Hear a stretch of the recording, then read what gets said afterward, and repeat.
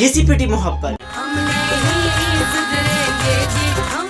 इसमें main character Samia जो कि 3 शादियां करती है और हर शादी एक खास रीजन की वजह से एंड होती है। ड्रामे की स्टार्टिंग में हमें सामिया कराची की बस में बैठी हुई दिखाई देती है, जिसमें सीट्स तो सिर्फ 2 होती हैं, एक पे सामिया बैठी होती है, एक खाली होती है। 2 माँ बेटी आती हैं, वो इसे कहती है खिसको खिसको, कहती है जगह ही नहीं है। वो कहती है अगर तुम्हें इतना ही शौक है ना चौड़े के बैठने का, जो अपने बाप से को तुम्हें गाड़ी खरीद के दे। वो खिसकते खिसकते सामिया को कुर्सी से नीचे गिरा देती है। सामिया फिर गुस्से में बस से नीचे उतरने की कोशिश करती है और बस का कंडक्टर कहता है मैं तुम्हें छोड़ दूंगा घर। तो वो माँ बेटी कहती है देखो इसने तो बड़े फसाए हुए चक्कर है। सारी बस उसके शक की निगाहों से देखने लग जाती है और वो गुस्से में बस से उतर के चली जाती है। एंड द मेजर ट्विस्ट अब आ रहा है। सामिया एक लड़के के साथ भाग के शादी करती है, जो भाग के उनके घर जाती है। तो 2 माँ बेटी जिन्होंने उसकी सीट खाई थी वो उन्हीं के घर भाग के शादी करके चली गई। सामिया उसका शौहर बाहर खाना खाने जाते हैं। सामिया का शौहर उसके हाथ की तरफ देख के कहते हैं तुम्हारे तो बड़े मर्दाना से सख्त से हाथ है, मुझे तो नरम नरम हाथ पसंद है। तो उसने कहा जैसे कि बिल्कुल तुम्हारे जैसे हाथ। सामिया उसके शौहर की लड़ाई हो रही थी, सामिया कस के उसको चपेड़ मारती है और जब वो कमरे से बाहर निकलता है उसकी माँ भी उसे चपेड़ मार देती है। उसने कहा ये मैं मुफ्त का आया हूँ, मुझे जिसका दिल करता है मुंह पे चपेड़ मार देता है। उससे पता चलता है कि उसके शौहर का किसी औरत के साथ चक्कर है